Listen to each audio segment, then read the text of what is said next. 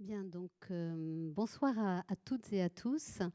Bienvenue pour ce rendez-vous autour du réseau Paris Data Ladies et de ce meet-up. Donc, je me présente, Véronique Joly, DRH pour le groupe Matmut, qui est vraiment ravie de vous accueillir ce soir à Rouen, qui est le siège social de notre groupe d'assurance.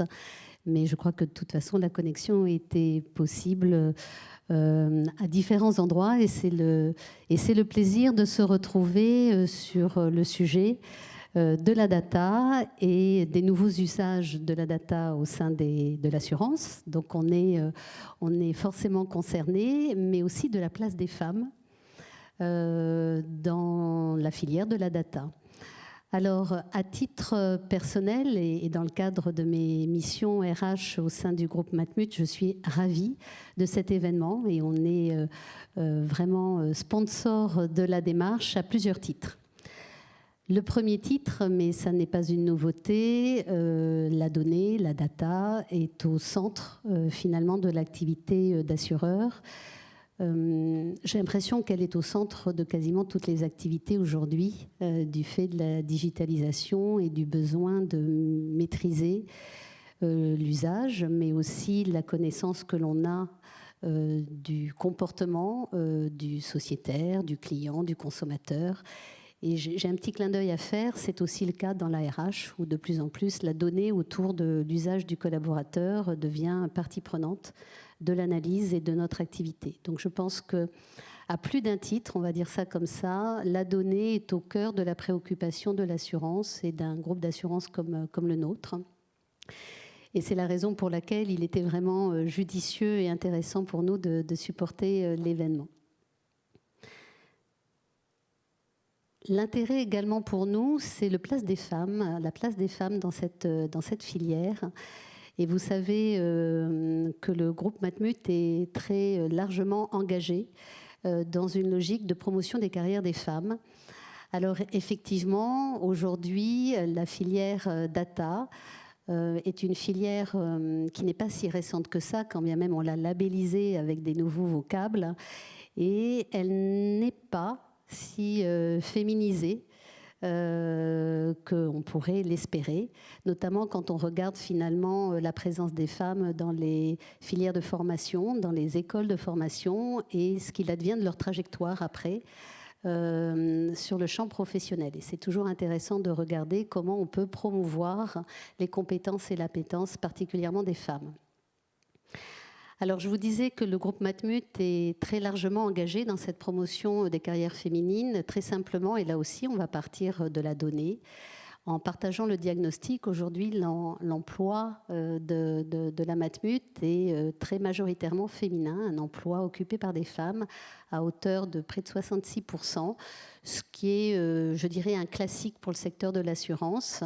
Et pour autant, quand on regarde la répartition de l'emploi féminin sur soit les différentes classes de notre secteur, qui en comportent 7, soit tout simplement dans les filières métiers et l'accès aux postes à responsabilité, et bien comme beaucoup d'acteurs, on peut mieux faire, même si aujourd'hui on fait la démonstration que des femmes sont sur les sujets cruciaux de la data et de la donnée et sont aussi en responsabilité. Donc, toute notre dynamique et notre engagement, puisque nous avons récemment encore signé un accord triennal sur le sujet, c'est de promouvoir la compétence des femmes, qui ont souvent d'ailleurs un niveau de formation équivalent à leurs collègues masculins et qui n'ont pour autant pas la même trajectoire professionnelle, soit peut-être par des effets et des mécanismes de réticence à candidater, à postuler. Et notre job, c'est de lever les freins, soit parfois parce qu'il y a un effet de halo dans la capacité à identifier les potentiels et les successeurs de demain. Et parfois, on projette peut-être, mais vous allez me le dire, moins sur les femmes que sur les hommes. En tout cas, le sujet de la place des femmes et de leur potentiel est un sujet à animer et de façon continue, et c'est l'engagement qui est le nôtre. Alors finalement, quand on combine cette ambition de la place des femmes dans les filières professionnelles et le rôle de la data, en tout cas j'ai J'ai cru comprendre aussi que les enjeux de cette manipulation de données de demain, on a tout intérêt à ce que cette manipulation soit mixte, parce que imaginons que ça ne soit que des hommes en capacité de l'analyser ou de la projeter, et demain on nous parle aussi de l'intelligence artificielle. En tout cas, mon petit doigt me dit qu'il y a potentiellement des biais à ce que ça ne soit qu'une partie de l'humanité qui l'analyse ou qui la projette. Et je nous invite à promouvoir aussi donc la place des femmes dans cette filière de la donnée et de la data. Et puis, dernier clin d'œil, mais c'est la logique de réseau. Qui est un véhicule de plus en plus utilisé pour les femmes qui réfléchissent à leur métier, qui réfléchissent à leur influence et à leurs responsabilités, soit dans leur entreprise, soit dans la société. Cette logique de réseau, il y a quelques années, elle pouvait faire sourire. Aujourd'hui, elle est complètement professionnalisée comme étant, je dirais, un cadre de jeu intelligent, pertinent pour être tout simplement en relation. Et là aussi, quelque part, c'est une passerelle avec les réseaux sociaux, le réseau féminin et la contribution entre femmes active et influente. Bien sûr, ça parle de sororité, mais ça parle de support dans l'action. Et c'est une autre modalité que nous souhaitons promouvoir aussi et qui me semble terriblement pertinente pour avoir animé des réseaux de ce type dans d'autres cadres. Voilà. Donc pour toutes ces raisons, je suis ravie du moment et de l'introduire pour le compte du groupe Matmut qui a tout à fait conscience des enjeux autour de cette filière data et qui est tout aussi en support de la présence des femmes dans cette filière. Voilà. Donc je vous passe la main, Charlotte, pour continuer cette soirée. Merci beaucoup, Véronique. Merci beaucoup pour cette introduction. Effectivement, donc, je représente ce soir le groupe Paris Data Ladies. Donc, il y a un meet-up. Je pense si on peut peut-être avancer sur le support pour vous en dire un petit peu plus sur le meet-up Paris Data Ladies.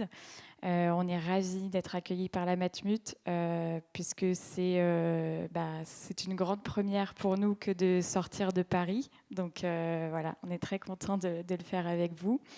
Le Meetup a été créé en 2013 initialement au sein du cabinet de conseil Quantmetry et puis par la suite les membres que je vous présenterai juste après ont chacune vogué vers des directions différentes, mais en tout cas, on a toujours souhaité continuer à construire des événements de ce type et à promouvoir la parole des femmes dans la data et la tech. Merci. Voilà, donc c'était effectivement, c'est le 32e meet-up aujourd'hui, donc déjà un beau parcours, plus de 3500 membres, donc on est très heureux de voir cette communauté croître d'année en année. Et donc, comme je le disais, aujourd'hui, on a 12 co-organisatrices dont je fais partie. Donc les voici, on a des profils assez variés, des personnes plutôt qui travaillent sur des dimensions très techniques en tant que data scientist et des profils un peu moins tech, mais qui en tout cas sont passionnés par les sujets data et IA. Donc voilà, on est toujours, en tout cas je le dis, en recherche d'intervenantes potentielles.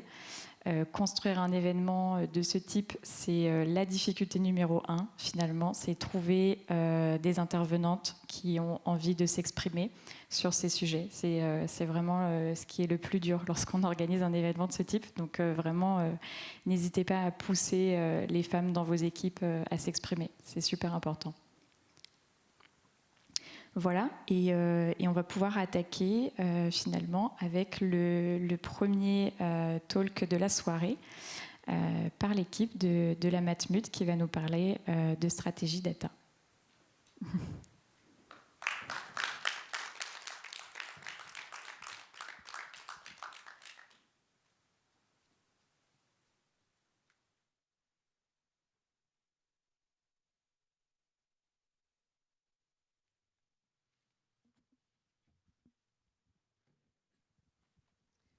Bonsoir à toutes et à tous. Merci d'être présents à cet événement.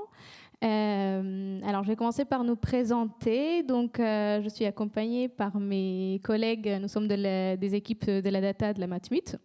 Donc, ma collègue Marion Francos, qui est responsable de la partie Data Analytics. Ma collègue Marie Zuba, qui est chef de projet. Moi-même, Mama Mamed, je suis responsable de la partie Data Science. Et nous allons du coup, comme le précisait tout à l'heure notre DRH, Véronique Joly, la data est au centre évidemment de la stratégie de la Matmut et nous allons essayer de vous donner quelques éléments sur comment on met en place cette stratégie. Avant de commencer du coup, je tenais à remercier les personnes qui ont sponsorisé, qui ont soutenu cet événement. Donc, pour la partie DRH, Véronique Joly, sur la partie data, Olivier Requin et Olivier Monnier, et sur la partie IT, David Quentin.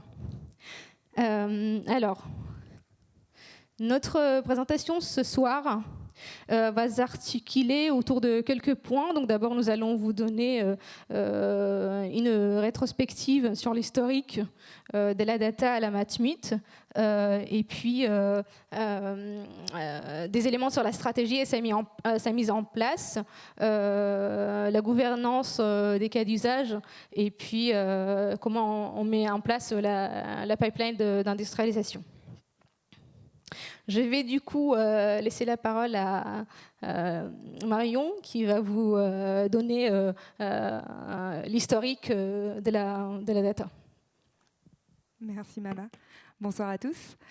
Alors, dès 2016, la Matmut elle a souhaité déjà faire émerger les sujets de type IA et promouvoir la valeur de la data au sein de la Matmut en mettant en place son Data Lab au sein de la DGA OSI, donc l'IT Matmut. Entre 2016 et 2021, on a eu une phase exploratoire dont l'objectif était vraiment de prouver qu'il y avait de la valeur dans la data. Donc ça, c'est chose faite. Ce constat, on l'observe d'une part au sein du Data Lab avec des POC qui ont été de plus en plus nombreux et surtout de plus en plus apporteurs de valeur. Et aussi au sein des directions métiers, où il y a eu de nombreux recrutements de profils data, type data scientist, et de réalisation de modèles exploratoires. Lorsqu'on dresse un bilan en 2021, donc je l'ai dit tout à l'heure, ce bilan est très positif. Le constat, c'est quand même que pour la grande majorité des projets, on est resté à la phase de POC. Ceci pour deux principales raisons. Donc, la première, c'est lorsque les POC ils ont bien fonctionné, qu'il y avait de la valeur et qu'on a voulu passer en industrialisation, on a constaté de réels blocages. Pourquoi ? Parce que l'environnement était uniquement exploratoire et les modèles eux-mêmes n'étaient pas forcément conçus dans l'optique d'être industrialisés. Un autre constat, c'est pour les POC qui ont un peu moins abouti. La raison principale de l'échec, c'est que le produit final, il ne correspondait pas forcément aux besoins métiers. Les modèles pouvaient être bons, mais ils n'étaient pas utilisables. Plusieurs explications à ça. On peut noter parfois un manque de cadrage et de compréhension du réel besoin. On pouvait penser en fait modèle, développement du modèle et pas forcément utilisation du modèle. Et parfois un manque de sponsoring et d'implication métier, parce que les projets qui étaient sélectionnés, ils étaient techniquement intéressants pour ceux qui allaient le réaliser, donc par exemple le Data Lab, mais ils n'étaient pas forcément assez apporteurs de valeur pour que ça devienne une priorité métier. Donc fort de ces deux enseignements-là, la Matmut elle a mis en place une nouvelle stratégie data qui s'oriente autour de deux axes. Donc le premier, c'est une nouvelle plateforme data.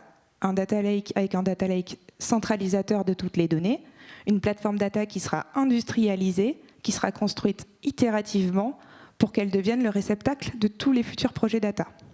Et en parallèle de ça, toujours pour faire émerger la valeur qu'il y a dans les projets et dans les sujets data, on met en place une roadmap data groupe. Donc chaque projet qui sera apporté à cette roadmap data sera sélectionné par la valeur métier qu'il apporte, et chaque projet apportera une brique supplémentaire à sa plateforme data. Pour mettre en place tout ça, la Matmut, elle s'est restructurée et réorganisée. Restructurée en créant 2 nouvelles entités. Donc la première, c'est la direction Data Analytics, la direction centrale de la stratégie data, qui est composée de 3 pôles, le pôle Data Analytics, Data Science et Data Engineer. Je reviendrai sur ces 3 pôles par la suite. Et aussi, au sein de l'IT, donc on a mis fin au Data Lab, mais on a créé une nouvelle équipe, l'équipe Data Fabric, qui sera en charge et qui est déjà en charge de l'alimentation et de la production sur cette nouvelle plateforme data. Donc ça, c'était pour la partie restructuration et je disais réorganiser pour faire en sorte que chaque projet apporte de la valeur. Cet enjeu-là, il est porté par la direction centrale au sein du pôle Data Analyst que j'ai en charge aujourd'hui. On va renforcer les analyses de valeur, on va faire des cadrages avancés, on va faire des études de faisabilité, tout ça pour s'assurer que tout ce qui va rentrer dans la roadmap data apporte réellement de la valeur à la Matmut. Réorganiser aussi pour faire en sorte que tout ce qui est produit hors IT soit quand même industrialisable. Cet enjeu-là, il est porté par le pôle Data Engineer. Concrètement, lorsqu'une demande émane d'une direction métier, cette demande-là, ce projet va être forcément systématiquement qualifié au sein du pôle Data Analysis pour étude de la valeur, pour intégrer ou non la roadmap data. Une fois que le sujet il est dans la roadmap data, on va passer toujours par une phase de cadrage avancé pour s'assurer que le livrable corresponde bien aux réels besoins métiers. Et le développement du prototype peut être fait soit par les directions métiers elles-mêmes avec leurs data scientists, soit par l'équipe data science et équipe expert group de data science. Mais dans tous les cas, la pré-industrialisation, donc l'industrialisation de la partie modèle, sera faite par l'équipe data engineer, pour être ensuite confiée à l'équipe Data Fabric pour réaliser tout le pipeline d'industrialisation des flux jusqu'à la mise en œuvre dans l'applicatif. Et en chapeau de tout ça, on a cette fameuse roadmap data pour qu'elle soit vraiment apporteuse de valeur pour tout le groupe. Elle est co-construite par la DDA, mais aussi par les directions métiers, via les ambassadeurs, les relais data qui sont complètement partie prenante de la construction de cette roadmap pour qu'elle soit ensuite validée, arbitrée et priorisée par la direction. Donc ça, c'était le tour d'horizon sur la partie stratégie data. Je vais laisser la parole à Mama pour qu'elle vous explique comment cette stratégie elle se répercute au niveau use case. Alors, pour que toute cette stratégie fonctionne bien, nous avons 4 grands principes en fait pour que des cas auxquels les cas d'usage data doivent répondre pour qu'elles puissent être qualifiées pour entrer dans le cadre de la roadmap. Donc d'abord, un cas d'usage doit être un besoin identifié par le métier. D'après l'historique que Marion vient de vous illustrer, il a été mis en place un travail d'acculturation data et qui continue d'être fait, et on atteint un niveau qui nous permet d'avoir cette capacité d'identification de cas d'usage qui sont cohérents avec la stratégie globale au sein des métiers eux-mêmes. Ensuite, donc ça c'est le premier point, le critère prioritaire, et ces use cases-là, une fois identifiés par le métier, elles vont être priorisées par la valeur qu'elles apportent. Cette valeur-là, du coup, c'est la direction centrale DDA, la Data Analytics, qui va permettre de jouer en fait le rôle d'un point d'accès centralisé, qui va travailler avec les métiers pour avoir une vision exhaustive sur les sujets data, étudier du coup la faisabilité, les gains versus les risques et la valeur potentielle que le use case apporte. Et ensuite, la DDA peut soit continuer sur la réalisation des use cases ou alors la supervision, si les use cases peuvent être réalisés par des équipes data métiers ou des solutions externes. Donc, les use cases est destiné à être industrialisé. Comme l'a précisé Marion tout à l'heure, on est clairement passé de l'étape POC. Donc on travaille sur des cas d'usage qui ont vocation à être industrialisés. Dans ces cas, du coup, la DDA joue le rôle du coup de coordinateur entre la partie développement et la partie IT pour justement coordonner cette mise en production et l'automatisation de la chaîne du développement jusqu'à la génération de valeur. Donc une valeur qui sera monitorée pour justement suivre la valeur réellement générée et assurer la performance dans l'usage, mais aussi permettre une amélioration continue pour garder des produits, des solutions data efficaces. Donc pour mettre en place toute cette pipeline de monitoring, d'industrialisation et de monitoring, on a évidemment besoin de notre équipe Data Fabric. Et pour ça, du coup, je vais laisser la parole à Marie pour vous en dire plus. Merci Mama. Je vais vous expliquer comment on repositionne ces éléments pour mettre en place un socle d'industrialisation et pour créer des pipelines pour être en mesure de livrer rapidement. Livrer rapidement, mais ce qui veut dire aussi livrer de la valeur rapidement, puisque c'est notre but. Suite aux différentes expérimentations et à la preuve de valeur de la data au sein de la Matmut, dont a parlé Marion tout à l'heure, on a pu voir qu'il y a eu des blocages qui étaient liés au POC et que maintenant on souhaitait vraiment avoir une industrialisation complète des projets.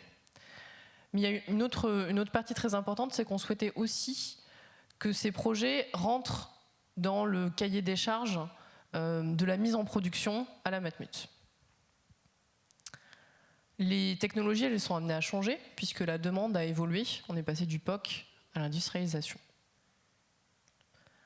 Ce que je vais vous présenter, les différentes stratégies et les différentes pipelines qui sont mises en place, ce n'est pas quelque chose de figé, c'est quelque chose qui va être amené à évoluer puisqu'on est dans une démarche itérative, j'y reviendrai un petit peu plus tard. Alors si on revient sur la partie évolution de l'organisation, on est passé on a changé de paradigme. La data, elle a maintenant une place centrale au sein de la Matmut. Elle est entre l'IT et les métiers. Et donc ça a demandé vraiment de créer des nouvelles équipes, comme l'a dit Marion tout à l'heure.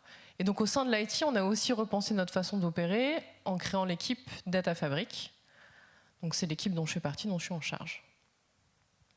Comment est-ce que ça se passait avant? Donc ça, c'est la partie haute du schéma.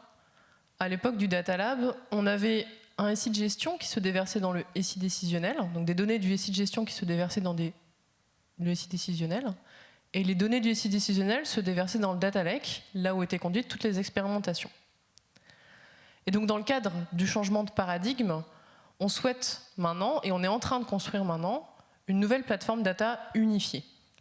Cette nouvelle plateforme data, elle doit répondre à des enjeux métiers, donc on l'a évoqué, pour apporter le plus de valeur possible, à des enjeux de data science aussi, à des enjeux de la mise en place de la stack technique, puisqu'il y a des technologies nouvelles qui vont devoir être mises en place, et aussi à la mise en place d'une gouvernance. Donc, suite à tous ces changements, on a choisi de mettre en place cette nouvelle plateforme data unifiée de façon itérative. Qu'est-ce que ça veut dire? Ça veut dire qu'au jour d'aujourd'hui, à la Matmut, on travaille sur des premiers projets, des projets qui vont embarquer à chaque fois une brique du socle, ou une ou plusieurs briques du socle d'industrialisation. Et donc les projets sur lesquels on travaille actuellement nous ont permis déjà de construire le nouveau paradigme que je vous présente en bas du schéma. On a désormais des données du SI de gestion qui se déversent dans le Data Lake, donc centralisateur de la donnée, plateforme unifiée, et qui va du coup pouvoir servir des systèmes satellites. Ça a plusieurs avantages. Tout d'abord, la donnée elle est à un seul endroit, elle est centralisée. comme je vous l'ai dit tout à l'heure, on essaie de l'unifier le plus possible. Et ça va permettre du coup de s'y brancher assez facilement pour justement pouvoir créer de la valeur. On a éliminé certains blocages qu'on avait vus à l'étape du POC avec cette nouvelle centralisation de la donnée. Je vais revenir très rapidement sur mon équipe, la Data Fabric, donc au sein de l'IT Matmut, qu'on appelle la DGOSI, la Matmut. Elle travaille du coup en collaboration très étroite avec la direction data et elle a vraiment pour but de collecter, comprendre la donnée, donc pour alimenter en données ce data lake. Donc elle va être en mesure de livrer, de fournir des données à différents services, mais principalement dans le cadre qui nous intéresse, pour des buts de modélisation, donc des mises en production de modèles de machine learning. Justement, c'est le deuxième point. Elle a aussi pour but de déployer et d'industrialiser donc du coup les projets, les mettre en production, donc toujours conjointement avec les équipes de ML Engineering de la direction data. Et elle a aussi un rôle dans la mise en place d'une architecture data qui soit scalable, plus moderne et qui du coup apporte plus de valeur. Alors, je vais vous présenter un petit peu plus en détail comment se constitue le pipeline d'industrialisation chez nous. Donc sur la gauche, vous avez différentes sources de données. Il y a le SI de gestion, je vous en ai parlé tout à l'heure, donc les données du SI de gestion, mais il y a aussi d'autres sources de données qui peuvent être internes ou externes. Notre SI de gestion repose sur des données issues du ZOS mainframe qui peuvent être adressées sous forme d'interface créée en COBOL. On a des sources qui peuvent être aussi issues de notre CRM, donc Salesforce, issues d'API externes, ça peut être de l'open data ou d'autres types de données internes.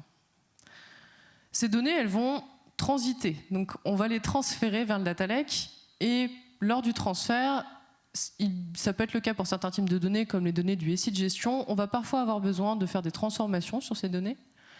Et dans ce cadre-là, on a un ETL, Informatica, qui va jouer ce rôle de transformation. Nos données, elles sont maintenant arrivées sur le data lake. Sur notre data lake, on a choisi de brancher des outils DevOps. Alors on a des outils GitHub comme Azure DevOps, une containerisation avec Docker, des ordonnanceurs, enfin un ordonnanceur principalement, et on met aussi en place de la CI/CD. L'ensemble de ces outils et aussi la mise en place d'un socle de bonnes pratiques, elle est vraiment partagée avec les équipes de ML Engineering de la direction data pour justement pouvoir conjointement mettre en production les modèles. On va s'intéresser maintenant un petit peu à la partie de data lake. Donc les données arrivent sur le data lake.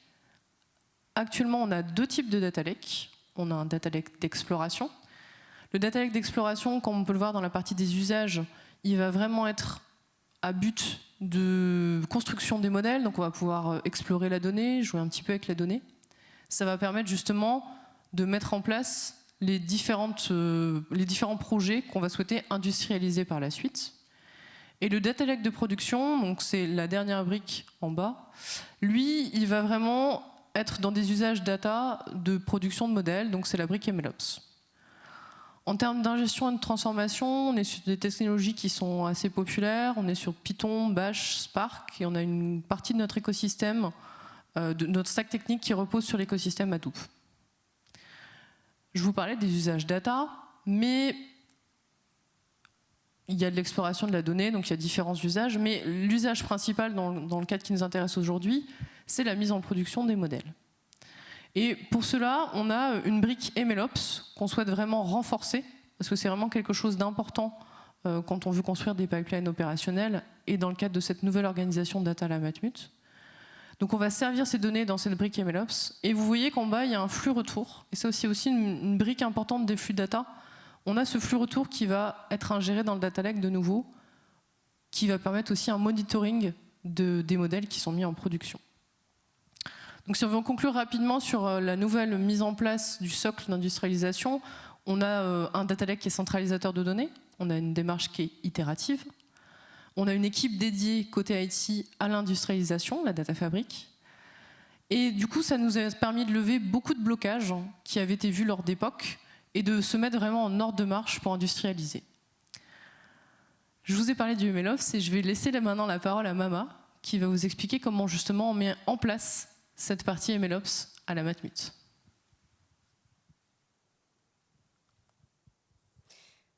Alors, notre approche, du coup, MLOps, elle est vraiment basée sur un objectif d'être sur la chaîne de bout en bout. Donc, nous avons trois grands principes qu'on a commencé à mettre en place. Donc, d'abord, la démocratisation du machine learning. Donc, on s'est doté d'outils qui nous permettent à la fois de pouvoir faire de ce qu'on appelle de l'auto-ML. Donc pour permettre à des équipes métiers, des équipes de data analyst, etc., de pouvoir produire eux-mêmes des modèles, mais aussi un environnement technique qui permet aux data scientists, des équipes par exemple de la DDA, de pouvoir vraiment faire des modèles from scratch. Donc ensuite, un deuxième point, c'est la mutualisation. Donc on voit nos modèles vraiment comme un produit qu'on veut mutualiser en termes d'usage. Donc on souhaite qu'un produit, un modèle qui a été développé pour un certain usage puisse être facilement transférable sur un autre cas d'usage. Donc pour ça, du coup, on a une pipeline de packaging, de tests et de déploiement automatisé. Et justement, du coup, l'automatisation, c'est notre troisième pilier, du coup. L'objectif, en fait, est de pouvoir, Marie parlait tout à l'heure de flux retour, de pouvoir justement suivre cette performance des modèles qu'on met en production, qu'on ne laisse pas vivre tout seul. Et donc, on va pouvoir automatiser le monitoring, que ce soit en termes de monitoring purement technique des systèmes, mais aussi de monitoring en termes d'indicateurs machine learning, de performance ML, mais aussi le monitoring qui nous intéresse, qui est notre but, le monitoring de la valeur métier générée. Donc pour ça, du coup, on s'est doté d'outils, de toute une panoplie d'outils qui nous permet d'avoir des triggers, du coup, pour pouvoir automatiser le besoin de refonte ou de réentraînement des modèles. On a mis en place une certaine partie des outils qu'on est en train d'améliorer et de renforcer au fur et à mesure. Je vous en cite par exemple DataRobot, qui est une plateforme qui permet de faire à la fois de l'auto-ML, mais aussi la partie automatisée, la partie déploiement et suivi de la partie monitoring, et de pouvoir justement mettre en place ces triggers-là et cette chaîne d'automatisation du build. Donc voilà en gros pour notre démarche, notre approche MLOps. Je vais du coup laisser le mot de la fin à Marion. Est-ce que tu peux passer, s'il te plaît ? Merci. J'ai commencé par la stratégie data, je vais finir par la stratégie data, vu que c'est le thème d'aujourd'hui. La stratégie data, ce sont des cas d'usage à valeur qui sont portés par les métiers, pilotés par la DDA, qui sont industrialisés conjointement avec l'IT et qui seront monitorés en continu. Aujourd'hui, on a déjà nos premiers cas d'usage en cours d'industrialisation. On en a d'autres qui sont au stade de prototype data science. Donc il était un petit peu tôt pour vous faire un retour d'expérience sur l'un d'entre eux. Mais peut-être qu'on aura l'occasion, au cours d'une prochaine session, de rentrer un peu plus dans le détail. En tout cas, on vous remercie pour votre écoute. Et puis, on est là pour toutes vos questions. Merci.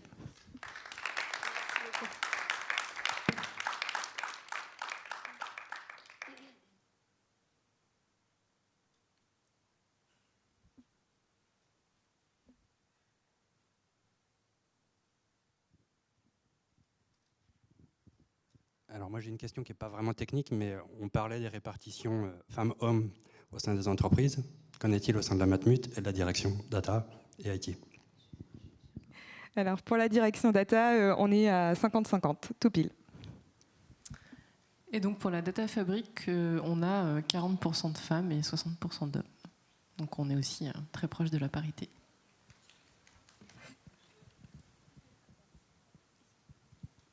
Et la data science, c'est 50-50.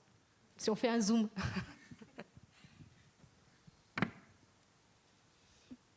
Merci. Il y a Mama qui a parlé d'acculturation métier. Je voulais savoir du coup qu'est-ce que vous mettez en place justement pour acculturer le métier, puisque c'est lui qui est l'entrée de la chaîne de la valeur de la data. Alors, donc Marion au début a parlé de différents relais data. Donc on a mis en place tout un réseau, une communauté si vous voulez, autour, au sein des différentes filiales du groupe. Et la DDA justement va jouer ce rôle d'animateur, donc pour pouvoir accompagner justement cette acculturation au sein des métiers. On a également, je parlais tout à l'heure de l'auto-ML, donc pour pouvoir démocratiser la partie machine learning, on a mis en place un process qu'on a appelé onboarding data science, sur lequel on s'aide avec l'outil Data Robot du coup, qui permet qui permet aux équipes métiers qui le souhaitent de suivre des formations data et puis d'être accompagnés par la suite, s'ils le souhaitent, de mettre en place les cas d'usage.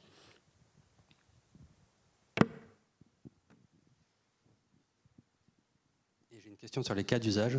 Comment vous priorisez les cas d'usage?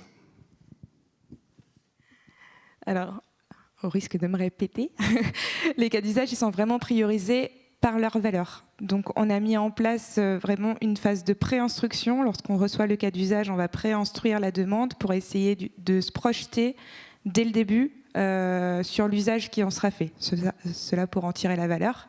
Ensuite, il y a plusieurs instances pour prioriser. Donc, on a une métrique qui prend en compte 4 critères, donc j'espère ne pas en oublier un. On va avoir l'attente métier, on va avoir la visibilité, on va avoir la complexité en termes de pré-processing et la complexité en termes de modélisation. Donc ces 4 critères-là vont être multipliés, en fait, c'est tout bête. Mais pour représenter en fait la valeur de ce sujet et l'apport que ça aura. C'est décorrélé par contre de l'impact que ça aura sur les développements applicatifs. Ça sera fait un peu par la suite, mais dans le premier temps, on va vraiment renforcer la valeur que va apporter le cas d'usage.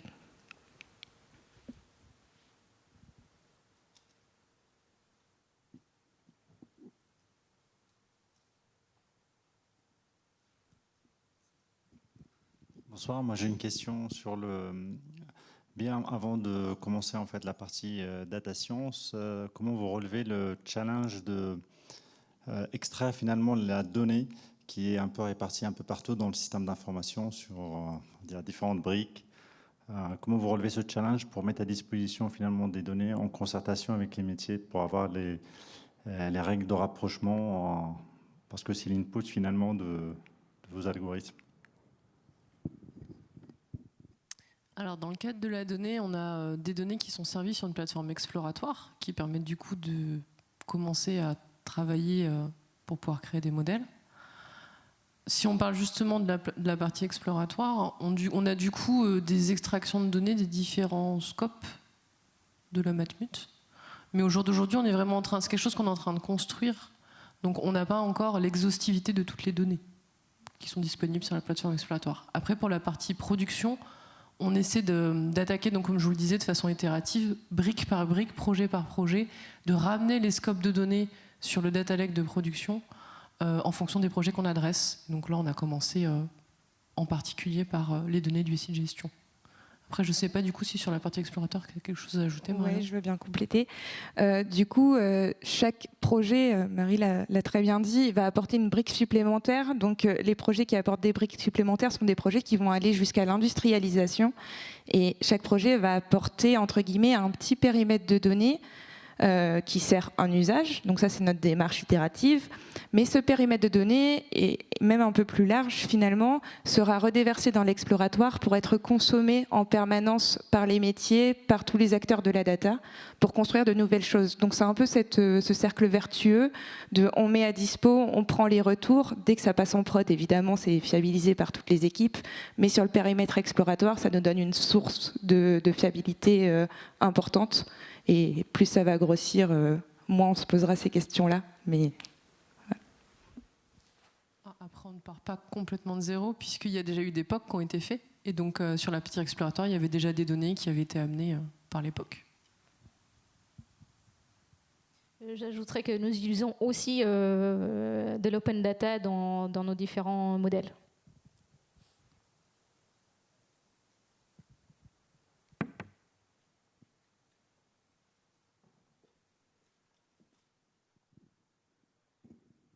Bonsoir. Moi j'ai une question qui n'est pas trop en rapport avec tout ce qui est cas d'usage et métier, mais j'ai une jeune fille qui s'intéresse aux mathématiques, qui est en première. Et moi je voulais savoir, à titre plus perso, si c'est trop perso, vous me dites, hein, mais qu'est-ce qui vous motive tous les jours déjà, qu'est-ce qui fait que vous avez choisi, après avoir fait des mathématiques, ce domaine de la data, et qu'est-ce qui vous motive tous les jours pour venir, qu'est-ce qui est passionnant dans ce métier en fait? C'est vrai que c'est assez abstrait, en tout cas pour moi. Donc voilà. Elle se cherche, et donc pourquoi pas l'envoyer vers, ou l'orienter, on va dire, sans choisir pour elle, hein, mais voilà, qu'est-ce qui vous passionne? Alors, je pense qu'il va y avoir 3 réponses différentes parce qu'on a 3 profils différents et toutes les possibilités de la data sont assez larges.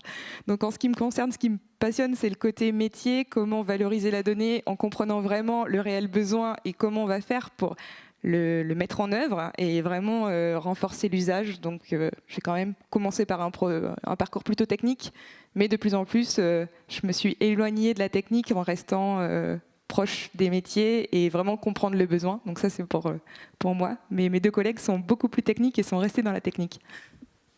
On le fait dans l'ordre du coup.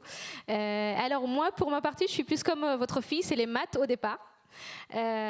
Parce que j'adore les maths. Et ensuite, après, au fil du parcours universitaire, du coup, j'ai découvert l'usage et puis la partie algorithmique, les techniques pour pouvoir vraiment utiliser les maths tout en manipulant des maths, mais en ayant un impact direct sur le business. Donc pour ma part, c'est un mélange de tout ça. C'est vraiment les maths, la technique après, ce qui me motive tous les jours. Mon métier est à la pointe de la technologie actuellement et ça me plaît. Et donc du coup, continuer justement à cette veille en fait sur les différentes technologies dans le domaine, voilà. Je pense que vous avez déjà dit pas mal de choses. Moi, j'ai un profil un petit peu comme Marion et Mama. J'ai commencé par des maths, c'est pas très original. Mais du coup, sur le côté plutôt technique, côté IT, on va dire, vraiment plus purement informatique, je trouve qu'il y a quelque chose qui est très intéressant, c'est de devoir transcrire, en fait, de devoir avoir différentes technologies, différents langages informatiques et de devoir transcrire de la donnée dans différentes stacks. Et ça veut dire tous les jours, on va devoir investiguer pour essayer de comprendre comment est construite la donnée, quel est son cheminement. Donc, en fonction des organisations, on a des cas qui sont complètement différents. Et du coup, c'est une richesse parce qu'on n'a jamais en face les mêmes technos et les mêmes usages. Donc, c'est vraiment, sans avoir le côté métier juste technique, c'est déjà très riche.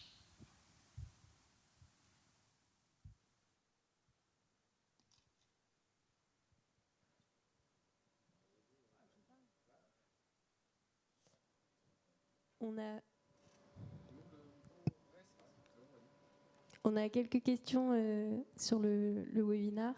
La première, comment s'effectue la répartition des sujets entre les data scientists métiers et ceux de la direction data? Alors, au niveau du prototype, donc ça c'est vraiment, j'insiste, c'est vraiment à l'étape de prototype. Les métiers montent clairement en compétences et sont parfaitement capables de réaliser des prototypes totalement pertinents. Donc là, la réponse elle est assez simple, c'est comme ils veulent. Ils sont libres de faire le prototype. Là où nous on va forcément intervenir, c'est sur la partie industrialisation.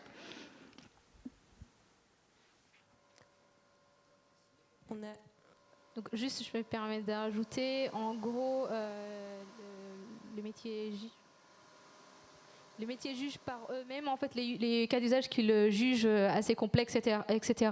En termes de développement, ils vont nous laisser du coup développer la partie justement prototypage et industrialisation du coup par la suite. Mais les autres use cases qu'ils ont l'entière capacité de faire le prennent directement en charge.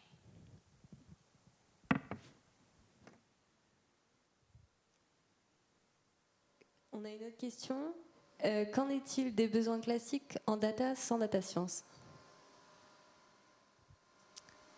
Alors là, on a plutôt parlé forcément de la mise en production de modèles data science. Mais du coup, le socle d'industrialisation qu'on vous a présenté, il a vraiment pour but de servir différents usages data qui vont être amenés à être adressés au fur et à mesure de la construction itérative. Donc, à terme, on pourrait servir d'autres systèmes avec le même data lake centralisateur de données. Oui. Et je complète, hein. Je me permets, Marie. Donc, oui, comme l'a dit Marie, au niveau stack technique, les sujets data ne sont pas, on n'a pas un niveau de maturité. C'est pas là où on a mis la priorité. On va servir des nouveaux usages data. On va servir les usages IA et data science pour la stack technique, pour la construction de la plateforme data. Par contre, cette stratégie data, elle s'applique même à tous les cas d'usage data, dans le sens où on va forcément analyser la valeur. Donc tous les cas d'usage data, data science, peu importe, tant que ça passe par la data, ça passera par mon pôle pour être analysé et pour être ajouté au roadmap et aux priorités. Le fait de vouloir créer de la valeur et de sortir des cas d'usage qui ont de la valeur, ça s'applique à tous les périmètres.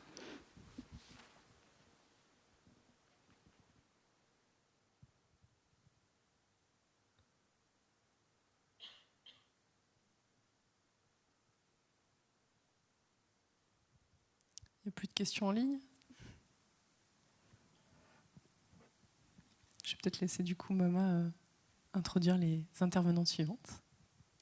Je vais du coup laisser la parole à la société Gradient avec Rafal qui va nous donner des retours d'expérience, de cas d'usage dans le monde de l'assurance.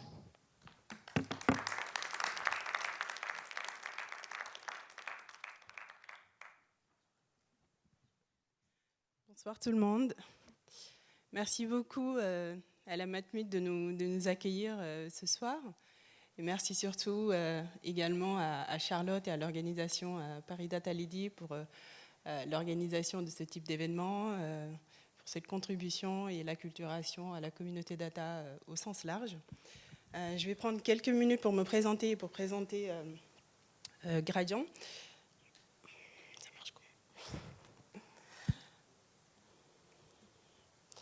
Alors mon background, je suis directrice associée aujourd'hui de Gradient. Mon background économique, académique, il est double. Il est à la fois actuariel et business. J'ai exercé l'actuariat pendant plus d'une dizaine d'années et depuis ces 4 dernières années avec un focus un peu plus orienté data. D'un point de vue business, j'ai un executive MBA d'HEC avec un parcours sur une majeure innovation et data for business avec Polytechnique. En termes d'expérience, j'ai travaillé dans pas mal de cabinets de conseil, d'abord en Big Four, puis en cabinet orienté risque et management. Et je travaille au sein du groupe Quantim depuis maintenant 4 ans, d'abord dans une entité qui est très orientée assurance, mais sur différentes problématiques. Je suis intervenue sur des sujets d'audit, sur des sujets réglementaires, sur S2, IFRS, sur des problématiques de refonte et d'optimisation de modèles opérationnels, mais également sur la mise en place de stratégies data et l'implémentation de ces stratégies. Donc avec bien sûr des expériences à la fois sur des produits vie que sur des produits non-vie. Gradient, donc, comme je le disais, c'est une entité au sein du groupe Quantim qui est spécialisée data. Notre proposition de valeur, c'est accompagner toutes les transformations de l'entreprise sur lesquelles la data est levier de transformation. C'est des transformations de l'expérience client, des transformations organisationnelles, de l'efficacité opérationnelle. On va y revenir tout à l'heure sur le secteur de l'assurance en particulier. Et donc, on accompagne nos clients sur tout le cycle de vie des projets data, de la mise en place de la stratégie. Ça inclut les études d'opportunité, les études de faisabilité, le cadrage de feuilles de route data, mais également sur la mise en œuvre, sur l'Analytics Factory, les éléments sur lesquels Marie et Marion ont présenté tout à l'heure, mais également sur la valorisation de la data, à la fois sur l'analytique et du prédictif, donc des sujets qu'on peut retrouver justement sur les enjeux que présentait tout à l'heure Mama. Et puis un dernier point, mais non moins important, donc, qui est le data management, la gouvernance du patrimoine de données, identifier l'ensemble du référence, pouvoir également organiser les usages, les habilitations, qui a accès à quoi, sa compliance, GDPR, mais aussi d'autres aspects réglementaires. Pouvoir également mettre en place des programmes de data quality qui sont très très importants et qui sont le soubassement de tout ce qu'on vient de dire. Voilà, donc on accompagne nos clients sur tout le cycle de vie des projets data et on intervient sur différents secteurs d'activité, l'assurance bien sûr, la banque, le retail, l'industrie, la santé et la pharma. Et c'est assez intéressant de pouvoir aussi comparer les choix que font les secteurs d'activité en fonction de leurs enjeux, mais aussi pour nous de pouvoir essaimer les bonnes pratiques qu'on voit, puisque la maturité entre les différents secteurs d'activité est très très différente. Quand on prend le secteur du retail, ils sont contraints, il y a une digitalisation, il y a des sujets d'e-commerce, et donc sur certains sujets de valorisation, justement sur la data science, ils sont très en avance. Et puis donc sur les enjeux business et opérationnels, je l'ai évoqué tout à l'heure, donc finalement on est sur tout le cycle de vie de l'activité d'une entreprise, de l'entrée en relation avec les clients jusqu'au sujet de back-office. Je remercie d'ailleurs Virginie pour l'introduction tout à l'heure sur ce que représente la donnée dans l'assurance. Ça va me permettre de faire une belle transition. Effectivement, la data est au cœur de l'assurance. Une définition peut-être simpliste de l'assurance, mais pour moi, l'assurance, c'est le croisement entre les risques et le capital. Et dans ce croisement entre couvrir des risques, et échanger un capital, soit à la souscription, soit au moment de la survenance d'un sinistre, on a un transfert et un traitement de l'information constant. Pour souscrire, pour évaluer les risques, pour piloter les risques, pour instruire les sinistres, pour collaborer également avec les agents, les courtiers, le régulateur, pour les programmes de réassurance également, et tout simplement pour piloter l'activité. Donc on peut dire que la donnée est véritablement au cœur de la relation entre l'assureur et ses différents parties prenantes. Et effectivement, on l'a évoqué tout à l'heure, on retrouve une volumétrie, une diversité des données qui est très très intéressante. On a toutes les données qu'on peut retrouver dans les CRM, mais les données également qui permettent de pouvoir faire la souscription, les tables de mortalité, les tables des CAC, les analyses de sinistralité. On a pas mal de données aussi sur des données de gestion, l'expérience qu'ont les assureurs, donc sur tout leur historique de souscription et de portefeuille. On a également des données des partenaires, une masse de données qui ont été engrangées ces dernières années sur S2, sur IFRS, qui ont été produites principalement pour des besoins de reporting, des besoins de justification aux régulateurs, et qui pourraient aujourd'hui également être valorisées, intégrées dans la gestion de l'entreprise. Il existe une culture data dans l'assurance depuis toujours, effectivement, des analyses statistiques depuis la création de l'entreprise, enfin, de l'assurance, c'est basé sur des probabilités, qui dit probabilités dit forcément des statistiques, sur aussi des estimations des expositions en cas de réalisation qui permettent tout simplement de pouvoir calculer la prime d'assurance. La modélisation financière aussi qui est très très présente avec Solvabilité 2, beaucoup de données financières, des données du portefeuille, beaucoup d'éléments de management action qu'on met en place dans les modèles. L'usage de certaines technologies qui sont aujourd'hui très à la mode, R, Python. On parle aujourd'hui beaucoup de cloud, de machines virtuelles, mais c'était déjà présent dans la modélisation financière. Et puis des pratiques d'historisation et de valorisation de la data, puisque tout simplement l'aspect réglementaire est très présent dans l'assurance. Et puis donc de toute façon, tous ces éléments-là sont stockés, et donc il y a ces pratiques qui existent depuis toujours.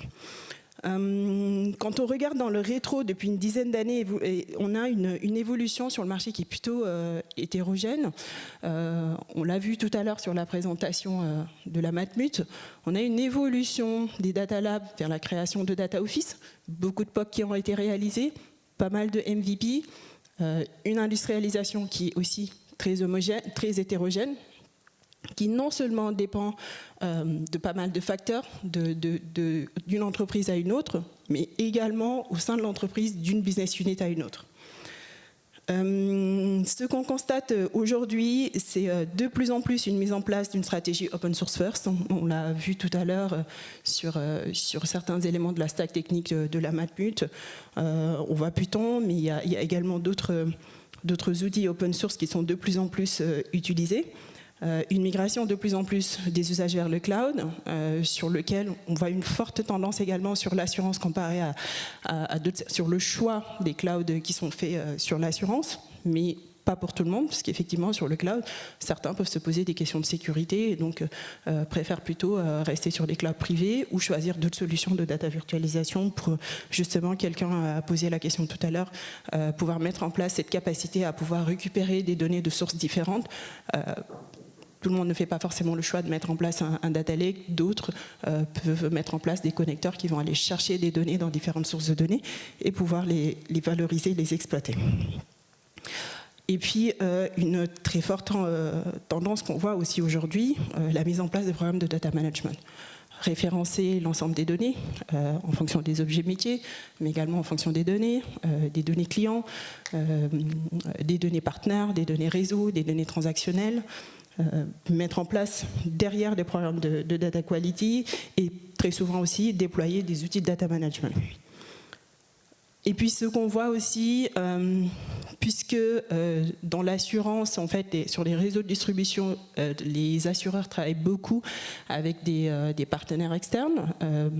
La mise en place d'architecture ouverte de plus en plus, avec des courtiers, avec des revendeurs, avec des plateformes, par exemple, sur l'assurance voyage, des plateformes de travel, et donc qui nécessitent effectivement de pouvoir mettre en place en fait des façons d'échanger des données, dans certains cas en temps réel, dans d'autres plutôt sur une temporalité différente. Et puis, on l'a aussi évoqué tout à l'heure, la valorisation des données de l'open data.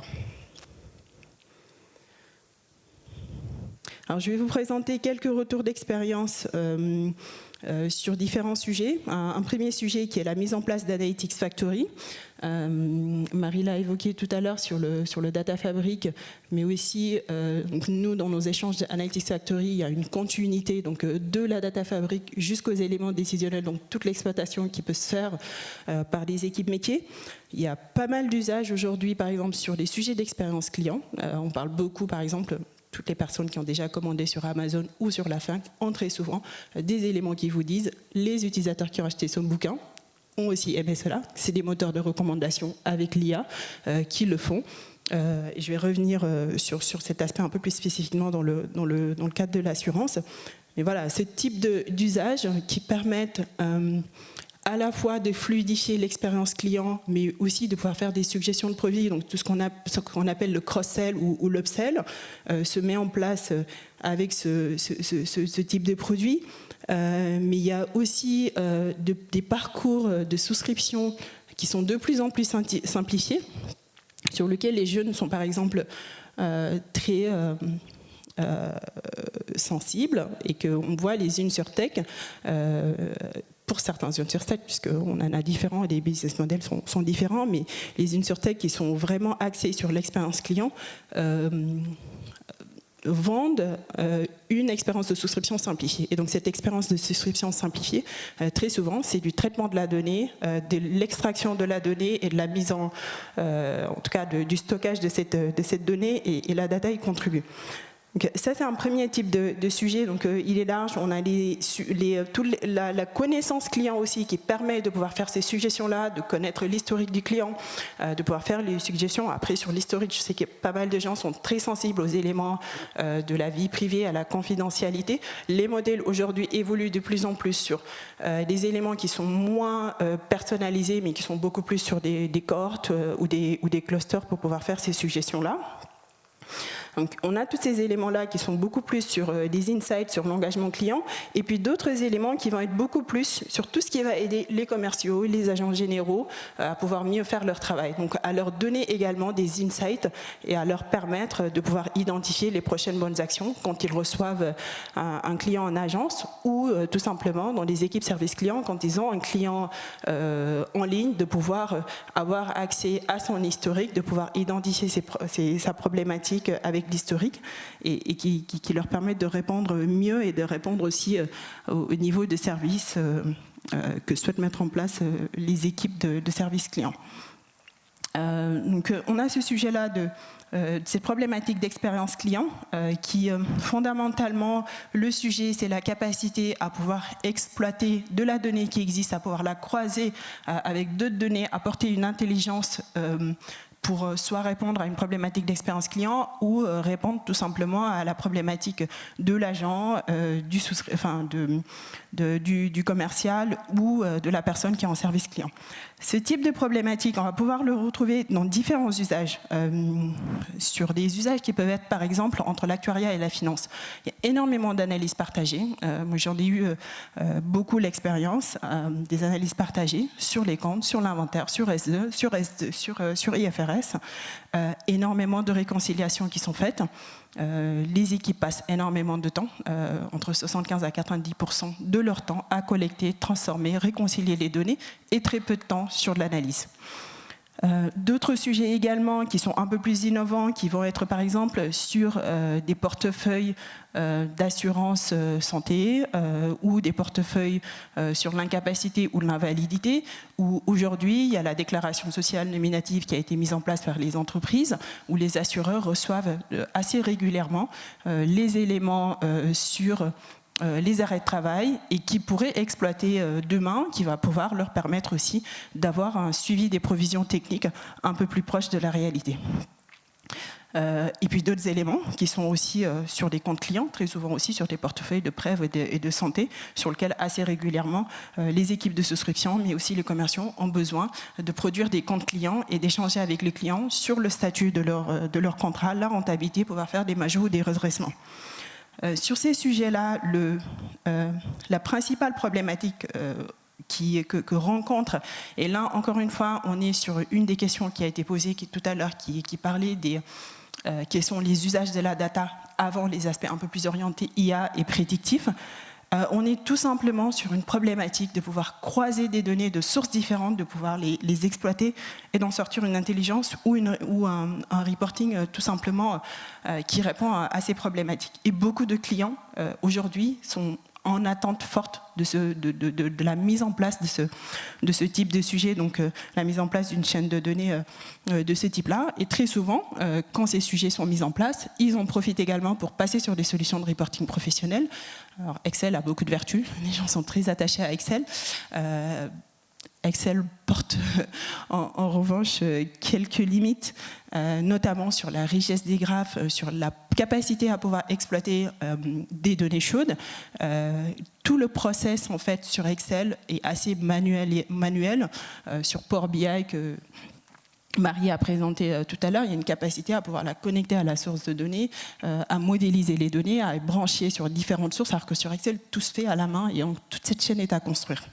Et donc, sur pas mal des clients, rien que cette partie-là, c'est une très grosse avancée parce que ça répond à des problématiques opérationnelles que rencontrent les équipes métiers au jour le jour, donc que rencontrent toutes les équipes finance, les équipes contrôle de gestion, les équipes marketing ou commerciales. Donc, c'est une vraie avancée en fait, parce que là, on vraiment tire profit des outils de la big data, mais également des techniques avec des data vis qui sont assez sympas.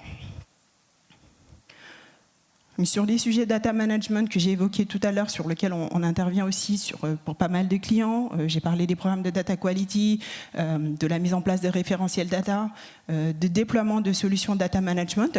Et sur les sujets data management, c'est des sujets qui sont intrinsèquement liés à l'acculturation data, sur lequel il y a besoin d'avoir une méthodologie projet, mais il y a aussi besoin d'onboarder les équipes métiers.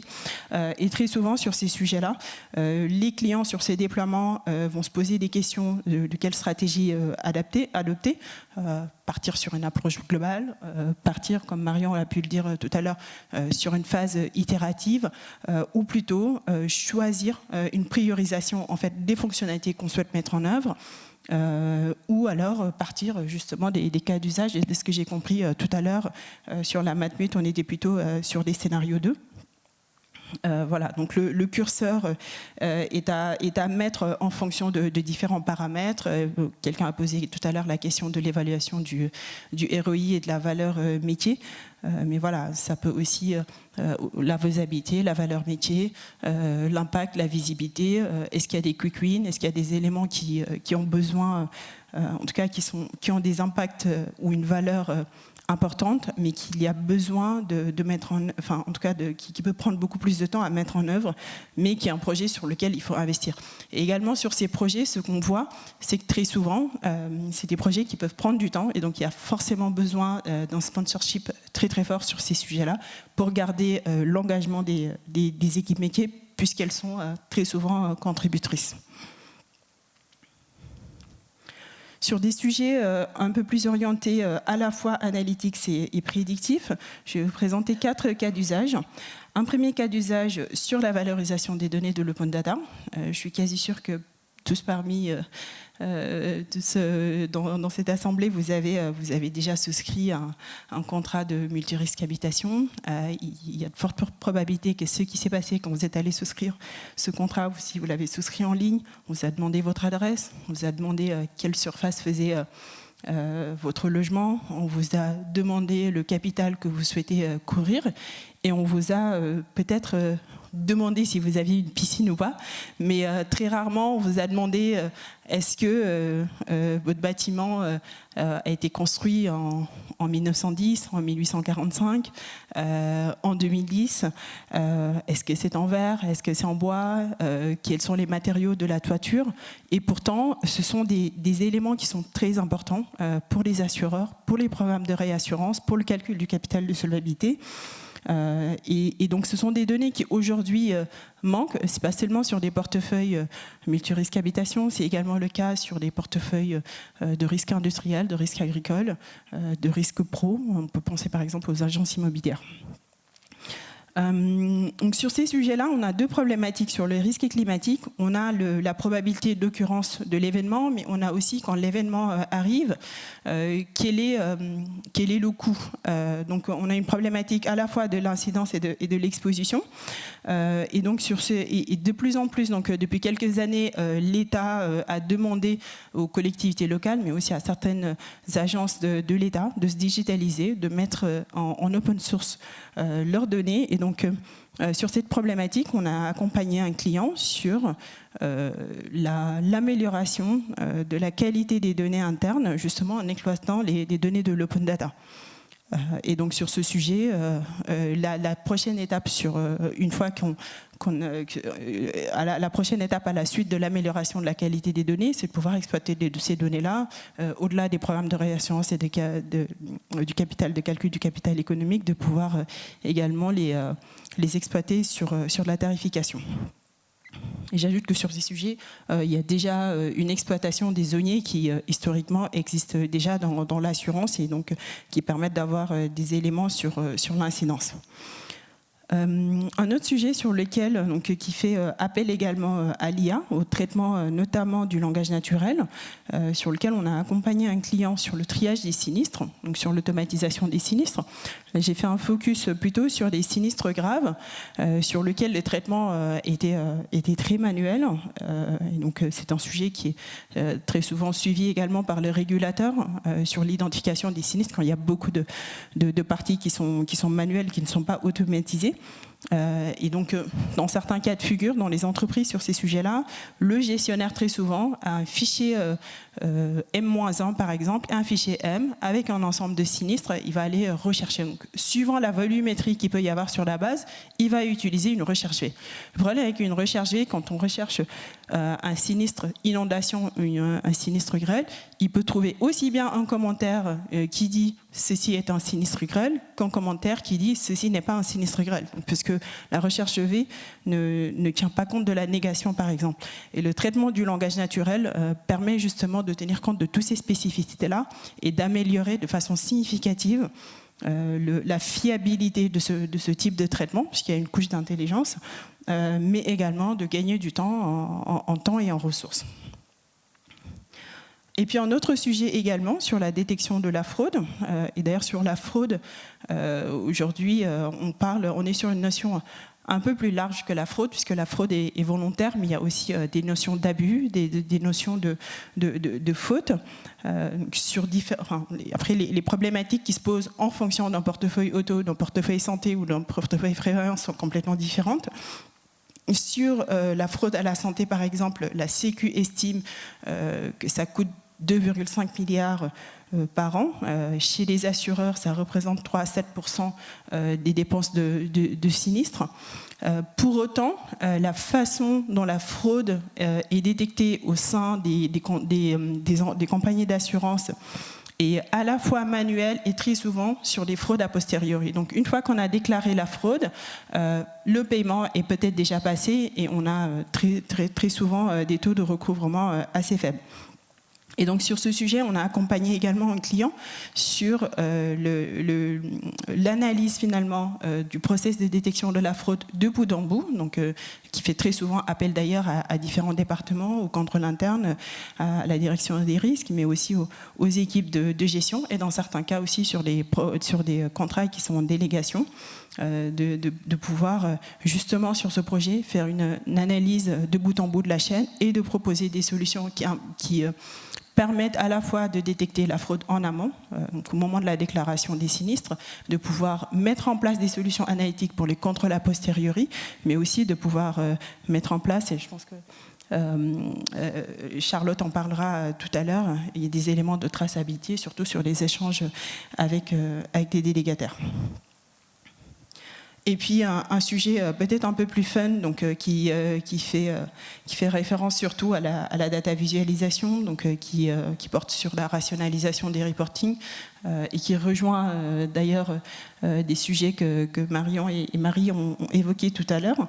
Donc sur lequel, avec Power BI, ce qu'on peut faire avec des utilisations finalement très détournées de Power BI et des diagrammes de Sankey pour pouvoir, donc, par exemple pour un client qui génère plus de 3000 reporting, des reporting pour le top management, des reporting pour les réseaux, des reporting pour différents départements ou business units, d'avoir une cartographie de l'ensemble de ces sources de données, des variables qui sont utilisées et des reporting qui font appel à ces variables, de sorte à pouvoir également mettre en place les reporting, parce que très souvent les reporting on les empile en fait au fil des évolutions de l'équipe, on les empile petit à petit et il y a pas mal de redondance. C'est consommateur en ressources, en temps de processing. Et ça permet également ce type de solution demain, quand on supprime quelque chose, de pouvoir identifier l'ensemble des impacts. Où en est le marché globalement? Alors je dirais encore une fois ce que je disais tout à l'heure, la situation du marché est plutôt hétérogène. Et ça dépend énormément des enjeux, très souvent du leadership. Ça dépend de la taille de l'entreprise, ça dépend des enjeux des business units.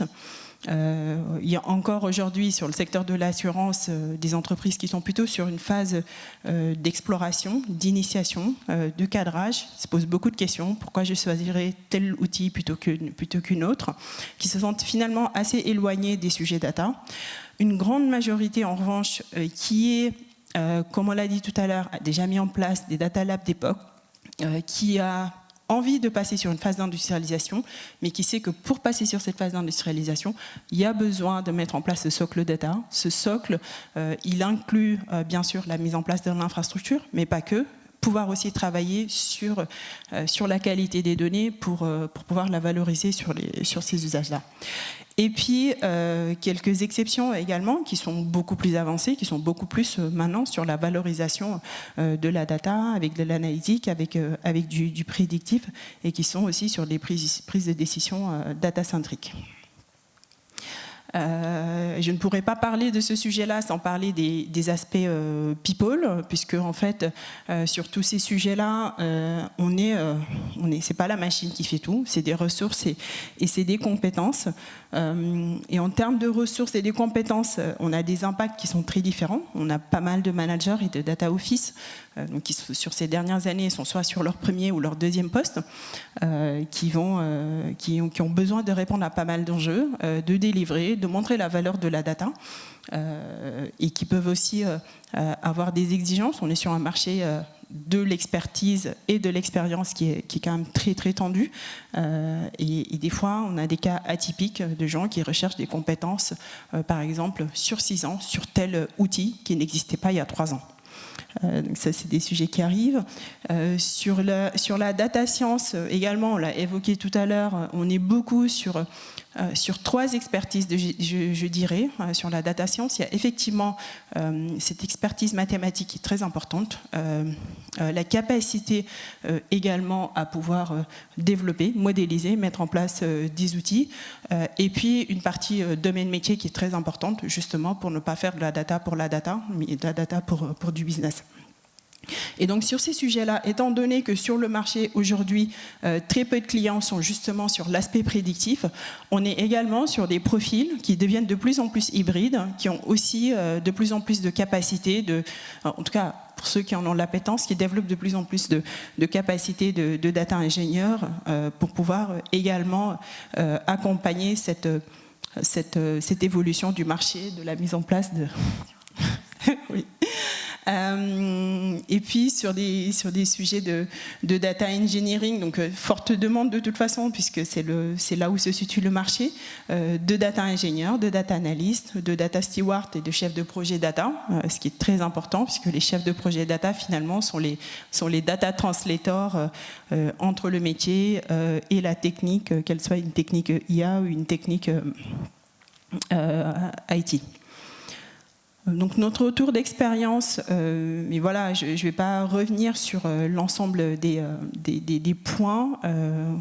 Vous l'avez largement dit tout à l'heure sur la stratégie data qui est mise en œuvre par la Matmut. Il y a des éléments qui sont assez structurants pour la réussite de la stratégie data.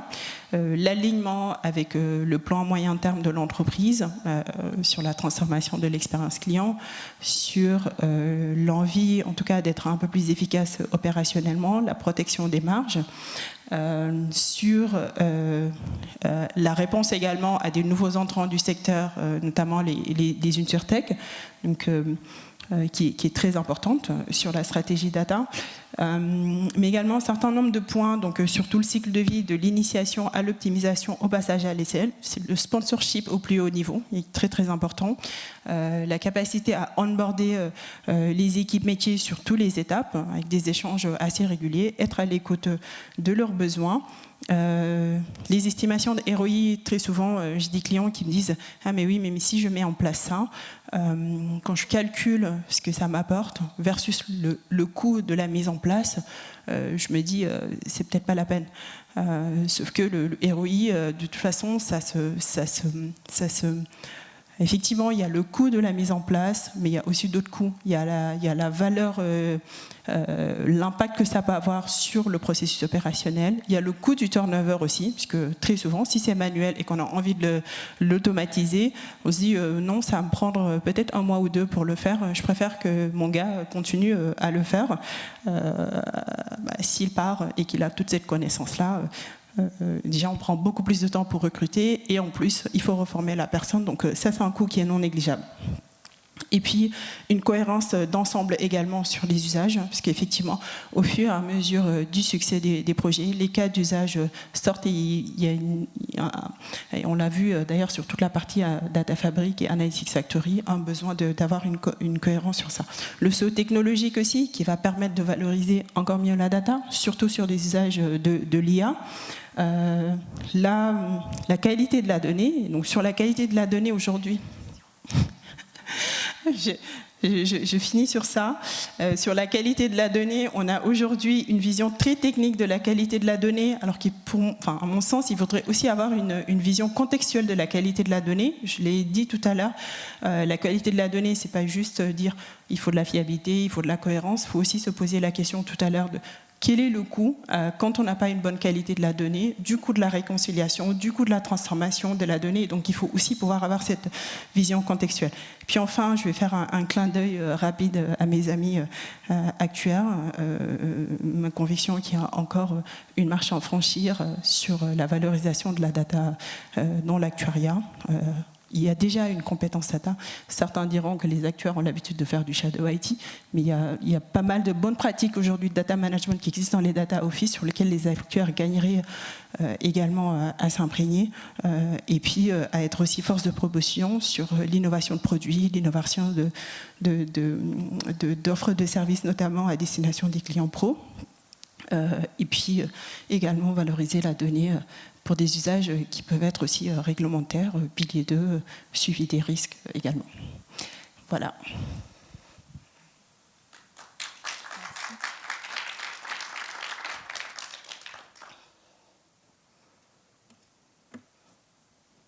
On va passer aux questions.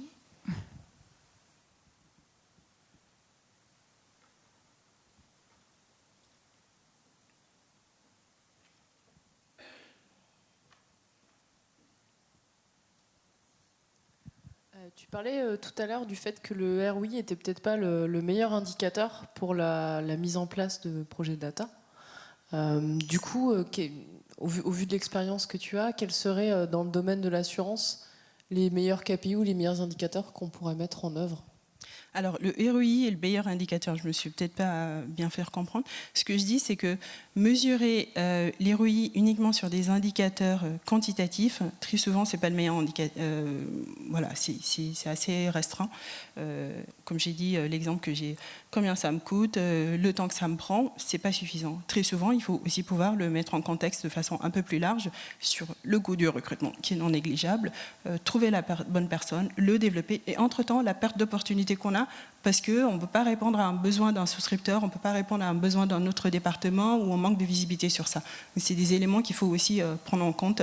Et puis un autre point, peut-être un peu plus high level et stratégique, aujourd'hui on sait que la digitalisation c'est la marche, on sait qu'en 2030 on ne fera pas les choses de la même façon qu'on les a fait en 90, on va dans ce sens-là, exploiter la data, la data est au cœur de la digitalisation, donc c'est...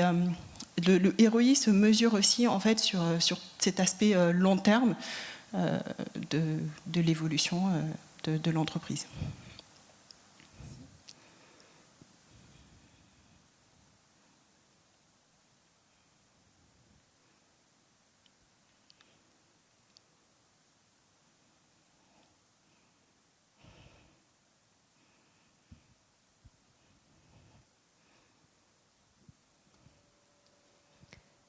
On a une question sur le webinaire. Où en sont les assureurs sur l'analyse des documents via l'IA, notamment sur la partie computer vision? Alors, où en sont les assureurs? Il y a différentes problématiques. Il y a la mise en gestion des contrats. Sur lequel on a, j'ai parlé tout à l'heure du parcours de souscription qui est de plus en plus simplifié, où on va récupérer pas mal de documents. Je peux prendre un exemple sur un client qui souscrit par exemple un contrat d'assurance crédit par exemple, à qui on va demander pas mal d'informations. Plus le document est standard, il est pas plus, enfin moins il est écrit à la main, plus ça va être facile à traiter pour les assureurs. Plus ce document-là va être écrit, plus il peut y avoir des documents, par exemple, une pièce d'identité, par exemple, sur lequel il y a pas mal d'éléments à vérifier. Donc, il ne suffit pas uniquement d'identifier la case nom-prénom, il faut pouvoir aussi analyser, par exemple, le numéro d'identification. Il y a des évolutions, il y a surtout des solutions de marché qui permettent d'y répondre. La majorité des assureurs que j'ai vus aujourd'hui ne sont pas forcément sur un développement en interne sur ce sujet-là. Puis il y a un autre volet aussi qui est très très important que les assureurs notamment auxquels les assureurs ont fait face pendant le Covid, on en a beaucoup parlé, c'est la perte d'exploitation sur lequel beaucoup d'assureurs ont vendu par exemple des contrats dans les années 90, dans les années 2000, très souvent avec des clauses spécifiques. Ces clauses, on le sait, dans les systèmes de gestion, on ne rentre pas tout, encore moins certaines clauses spécifiques. Et il y a eu besoin, justement, sur cette période de Covid, d'aller traiter des volumes de contrats assez importants. Aujourd'hui, sur le marché, il existe des solutions, plus des solutions sur étagère, des plateformes SaaS, qui permettent justement d'aller analyser une grosse masse de documents et de pouvoir justement en extraire les clauses spécifiques qui peuvent intéresser les assureurs et de faire un mapping de ce type de risque.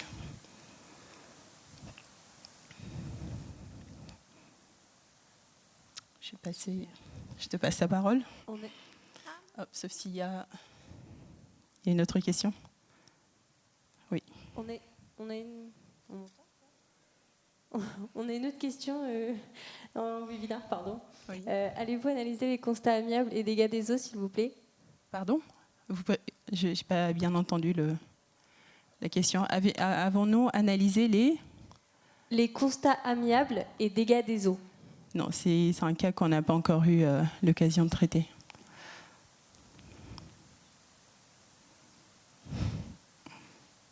On a une autre question.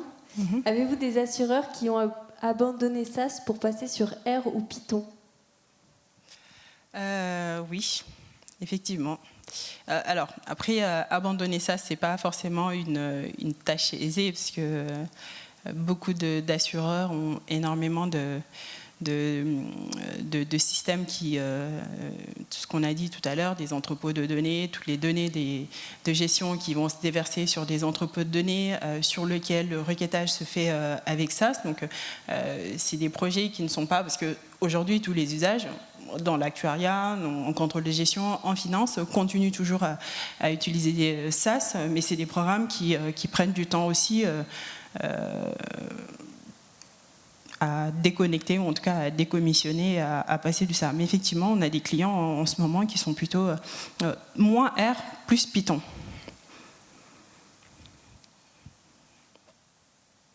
On n'a plus de questions.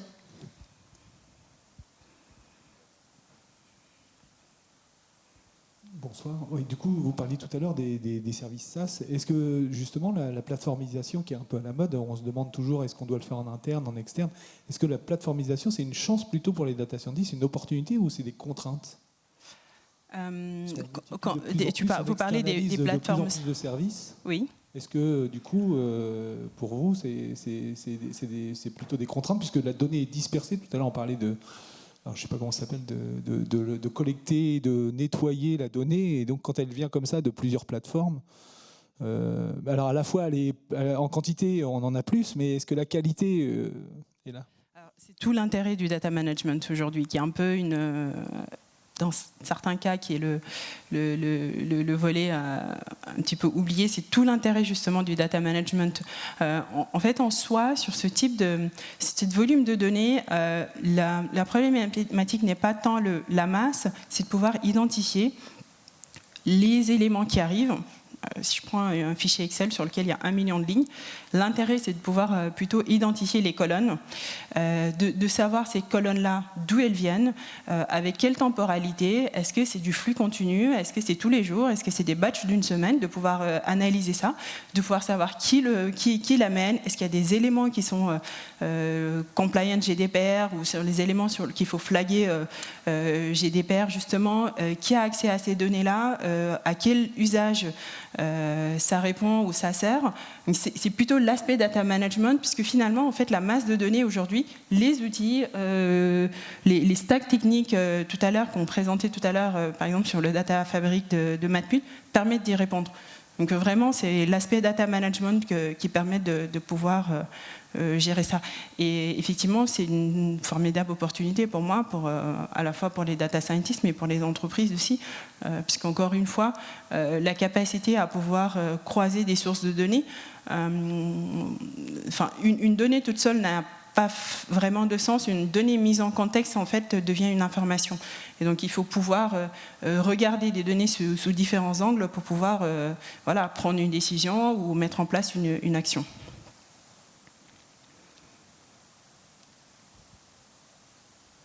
Super. Merci. Du coup, c'est moi qui vais clôturer la marche ce soir.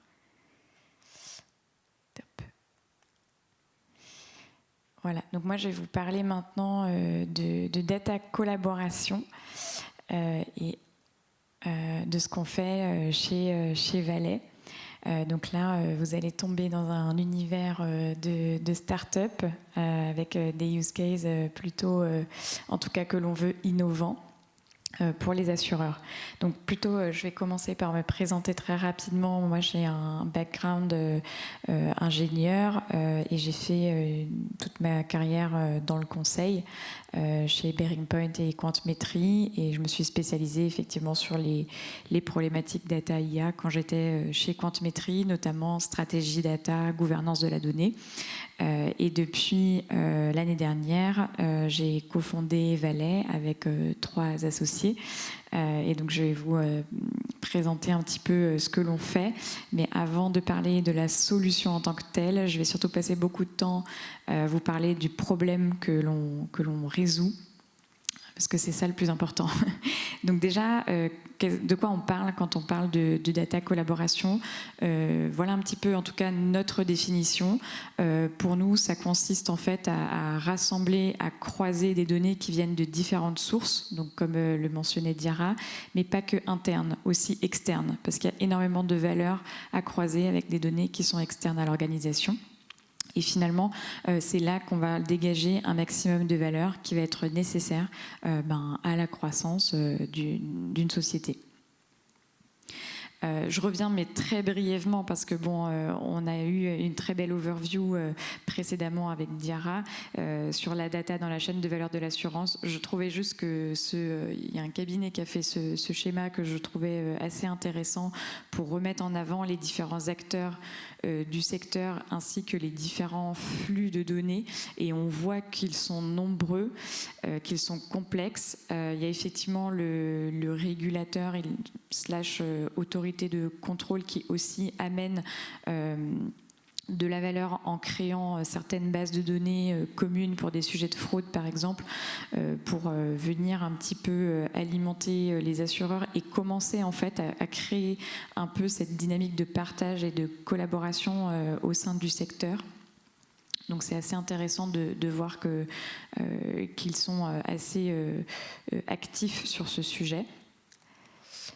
Et du coup, quand on parle, nous, de collaboration dans la data, en fait, il y a différents types. Il y a le cas 1, je pense, qui est le plus connu, qui est le format data broker. Donc, vous allez simplement acheter de la donnée à quelqu'un qui l'a collectée et qui l'a agrégée pour vous. Donc, il y a des data brokers très connus. On est plutôt sur des Américains qui font ça parce que de par le RGPD, c'est quand même beaucoup plus limité en France de devenir data broker aujourd'hui. Le deuxième cas, c'est le partage réciproque des données, où là, ça va vraiment être un échange avec un de vos partenaires ou avec une entité d'un grand groupe. Donc là, c'est vraiment simplement on s'échange réciproquement de la data et il n'y a pas de contrepartie financière dans ce partage-là. Et le dernier point qui est, selon nous, de loin le plus intéressant et avec la plus forte valeur ajoutée, c'est la notion de chaîne collaborative où en fait, entre les deux, on n'a pas juste un flux qui fait l'aller-retour, on a surtout une zone de collaboration. Et là, je prends l'exemple d'un assureur et d'une compagnie aérienne qui vont avoir un espace en fait pour croiser des données clients. Bon, évidemment, dans une zone sécurisée qui respecte la privacy, j'en reparlerai après, mais en tout cas, le use case, c'est de croiser des données clients de ces deux sociétés et d'aller chercher des use cases de cross-sell, de target. Par exemple, voilà, pour l'assureur, ça pourrait lui donner des informations sur des événements de vie, par exemple, de se dire, bah tiens, telle personne, maintenant, elle prend l'avion avec des enfants, c'est pas quelque chose qu'on avait identifié. Voilà, donc c'est vraiment être dans cette collaboration beaucoup plus approfondie qu'un simple partage. Et finalement, il y a beaucoup de bénéfices à aller chercher. C'est pas, bon, bien sûr, l'innovation, les use cases, la valeur, j'en reparlerai après, mais c'est aussi, ça peut être aussi intéressant de penser à des aspects de réduction de coûts, parce que finalement, le projet data, vous allez le faire avec un partenaire, donc il y a une mutualisation certaine des coûts, des ressources engagées. C'est vrai que nous, on parle aussi à des petites sociétés qui ont parfois 1 ou 2 data scientists seulement, donc c'est difficile d'engager des projets conséquents. Par contre, si en face, il y a quelqu'un aussi qui met à disposition une ressource, ben, ça devient quelque chose de beaucoup plus facilement envisageable. L'autre aspect aussi, c'est le time to market. Finalement, on va bénéficier de l'expérience et de la connaissance d'une autre organisation, donc ça peut nous aider à aller plus vite sur certains sujets qu'on ne connaissait pas à la base. Et le dernier point que je vais mettre en avant, c'est la partie développement durable, dans le sens où on va mutualiser des calculs qui sont à la base effectués de votre côté et du côté du partenaire. Là, il y a une mutualisation qui peut aussi devenir intéressante quand on a des enjeux qui deviennent de plus importants sur l'aspect durable de tous ces calculs qu'on effectue. Il y a une étude super intéressante que je vous invite à lire de Capgemini qui date de l'année dernière sur le sujet des data écosystèmes. Voilà, j'ai mis quelques chiffres, mais vraiment, si ça vous intéresse, l'étude est très intéressante. Et malgré tous ces bénéfices, il y a encore beaucoup de freins à lever. La confiance, comment je peux faire confiance à un partenaire, sachant que voilà, je peux avoir peur de me dire j'ai peur d'ouvrir mon système, j'ai peur d'ouvrir aussi parce que j'ai des données confidentielles, des données sensibles que je vais devoir nécessairement anonymiser ou tout du moins engager un travail complexe de compliance avant de pouvoir les partager. Donc il y a un vrai frein à ce niveau-là. Le légal, évidemment, qui va dans ce sens de devoir respecter un certain nombre de règles avant de le faire. Mais je remarque aussi pas mal un point de manque d'information. En fait, c'est aussi, je pense, un état d'esprit à avoir que de se dire, tiens, si j'avais un système un peu plus ouvert et si je m'intéressais un peu plus à mon écosystème, je pourrais identifier des use cases à forte valeur ajoutée. Et c'est vrai que du coup, il y a un peu ce manque d'infos et d'exemples pour pouvoir s'appuyer. Les financements, on en parlerait tout à l'heure, ça reste toujours le problème, comment je finance les projets, et donc les outils pour le faire. Et nous, c'est à ça qu'on s'est intéressé, on s'est dit, mais en fait, les outils, il y en a beaucoup, on en a vu tout à l'heure sur les slides. Oui, il y a beaucoup de plateformes pour traiter, manipuler, transformer de la donnée en interne, mais finalement, quand on est un petit peu comme ça sur un projet multipartenaire qui va nécessairement être dans une zone un peu externe à l'organisation, il n'y a pas vraiment d'outils, parce que c'est normal, la DSI va vous dire « Ah ben non, on ne va pas ouvrir le système pour ajouter tel partenaire dessus », donc c'est tout à fait normal.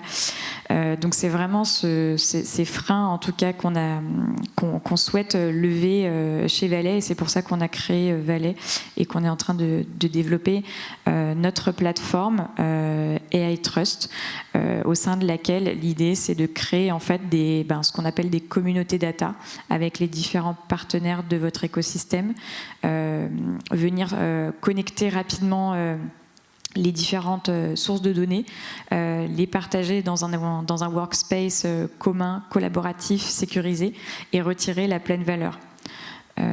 les utilisateurs, c'est évidemment les mêmes que sur des projets internes. On parle aux data scientists, aux data engineers, mais on parle aussi aux data stewards. Parce que cette plateforme, elle a aussi pour vocation, comme mentionné Diarra, de bien tracer toute la donnée qui circule sur la plateforme.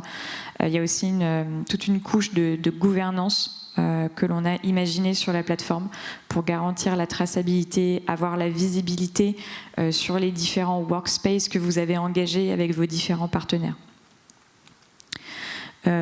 Voilà, donc l'idée c'est effectivement d'analyser dans ce workspace collaboratif, d'explorer, manipuler à plusieurs des datas et de le faire en temps réel.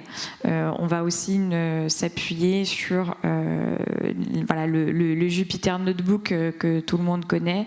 Et ben, ici, c'est un Jupyter Notebook qui est collaboratif en temps réel. Voilà, ça fait partie aussi des nouvelles fonctionnalités que l'on apporte pour lever tous ces freins à la collaboration entre partenaires. Et du coup, je voulais en fait surtout revenir sur les use cases pour bien mettre en avant la valeur qu'il y a à aller chercher dans le domaine de l'assurance avec ce type de projet. On a parlé un petit peu de fraude tout à l'heure. Effectivement, les fraudes sur les sinistres, quand on est sur un grand groupe qui a par exemple plusieurs pays dans le monde, ben là, ça devient vite problématique parce que les systèmes sont très indépendants les uns des autres. Et donc, à ce moment-là, recroiser pour identifier des fraudes sur des cas qui ont été, par exemple, quand on a plusieurs demandes de remboursement qui ont été faites, ben voilà, c'est difficile de les identifier si on n'est pas capable de mettre en commun et de recroiser ces données-là. Donc finalement la fraude c'est un très bon exemple, mais même pas que au sein, là c'est au sein d'un assureur voilà, qui était sur un contexte multi-pays, donc c'était pertinent, mais ça pourrait être aussi intéressant de le faire entre plusieurs assureurs sur des fraudes peut-être un peu moins sensibles, je dirais, en matière de données personnelles, des fraudes sur la santé, sur des prestataires de santé par exemple, ça pourrait être intéressant de l'envisager. Et le dernier cas d'usage que je voulais mettre en avant et qui en plus rebondit sur le sujet de valorisation d'open data des risques climatiques présenté par Diarra, c'est effectivement, nous aussi on a des discussions avec certains assureurs qui veulent aller un cran plus loin sur ce sujet des risques climatiques qui est clairement un enjeu des prochaines années. Et en fait c'est de se dire si on partage entre assureurs des données de sinistres qui sont du coup très fines, très locales, on va pouvoir être plus fin aussi derrière sur la souscription et sur la police d'assurance que l'on met en face. Si je sais que telle zone est à très haut risque climatique parce que effectivement tous les autres assurés de la même zone ont subi certains sinistres, et ça va me permettre d'avoir cette information très utile pour derrière améliorer le modèle de risque également. Voilà, et du coup, je vais juste terminer en prenant un petit peu de recul sur tous ces sujets data. En tout cas, nous, chez Valley, notre conviction, c'est que finalement, la data, elle ne doit pas rester en interne dans l'entreprise comme un tas d'or qu'on accumule. Au contraire, on est persuadé que si elle est partagée au sein de l'écosystème, ça sera beaucoup plus vertueux pour tous les acteurs. L'idée, c'est vraiment de créer de la valeur avec des partenaires de l'écosystème et l'intérêt de le faire avec notre plateforme AI Trust également, c'est qu'en plus de créer cette valeur-là, nous, on propose un environnement sécurisé et qui est également souverain. C'est vrai qu'on a aussi vu beaucoup de sujets data où on se pose la question parce que le cloud, comme mentionnait Diarra, ça implique aussi de s'associer avec bien souvent des partenaires américains. Nous, on a fait ce choix très fort de travailler avec Scaleway, qui est un cloud provider français. Donc voilà, c'est aussi quelque chose qui, je pense, est d'intérêt très fort. Et la durabilité, c'est pas seulement ce que j'ai mentionné sur la partie calcul, même si c'est le cas, c'est la partie d'indépendance économique. Peut-être que ça peut être pertinent de s'appuyer plutôt sur des partenaires, des compétiteurs pour échanger de la data à haute valeur, plutôt que de s'appuyer sur des brokers qui littéralement littéralement du jour au lendemain peuvent tripler le prix de la donnée que vous achetez, ça peut vraiment faire du mal d'un point de vue business model et ça permet, ça peut permettre en tout cas, notre solution peut permettre de retrouver aussi une forme d'indépendance économique à ce niveau-là. Voilà, donc je ne pouvais pas ne pas terminer en mentionnant évidemment que notre démo est disponible et que je serais ravie de vous en parler plus en profondeur de la solution. Et puis même avant de faire une démo, déjà discuter de vos use cases, c'est déjà hyper intéressant pour nous. Voilà, merci.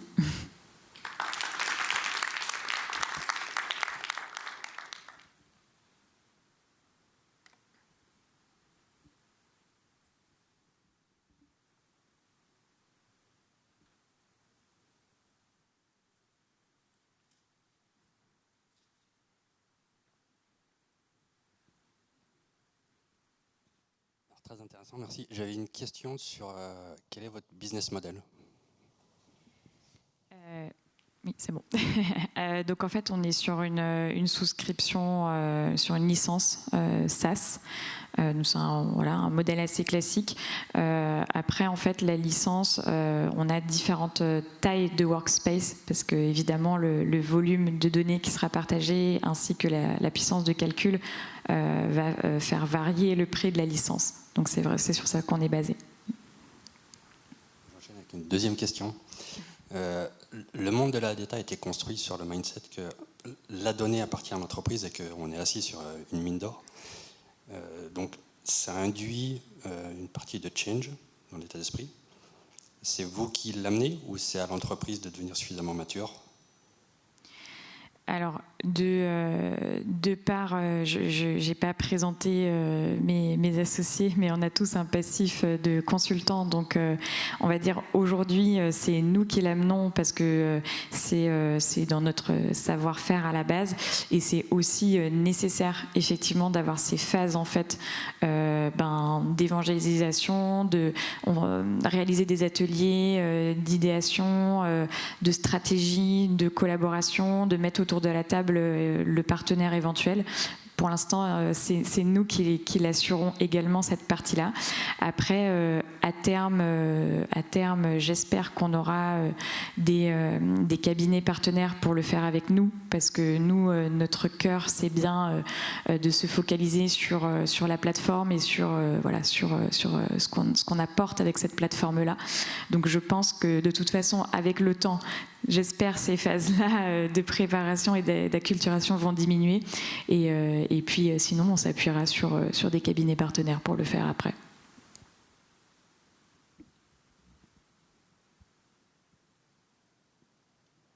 Plus de questions.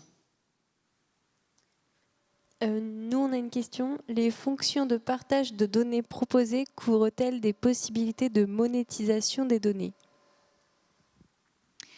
C'est une bonne question. Oui, donc en fait, alors je dis oui, mais c'est sur notre roadmap, tech en matière de ce qu'on veut développer. Pour l'instant, on a vraiment fait un focus sur déjà démontrer la valeur d'un espace de partage et des outils pour manipuler à plusieurs de la data. Ça, c'était notre objectif numéro 1 qui est accompli. Et par la suite, effectivement, on a sur notre roadmap comme ambition d'aller jusqu'à proposer une marketplace pour que la valeur qui sera produite entre partenaires puisse éventuellement être remonétisée à travers des API et autres modes d'exposition qui sont à imaginer encore. Mais oui, c'est sur la roadmap. Et on avait une question tout à l'heure qu'on avait eu le temps de poser. Avez-vous une idée de la répartition sur le marché des assureurs qui ont construit leur plateforme en interne vs ceux qui ont construit des plateformes style clé en main avec Databricks ou AWS? Je vais pas forcément savoir répondre à cette question-là. Enfin, je ne sais pas s'il y aura peut-être un insight. Alors, AWS, oui, certains assureurs l'utilisent, mais aujourd'hui, les clouds qu'on retrouve le plus chez les assureurs, c'est beaucoup Azure. Ça, c'est d'un point de vue stockage, processing des données.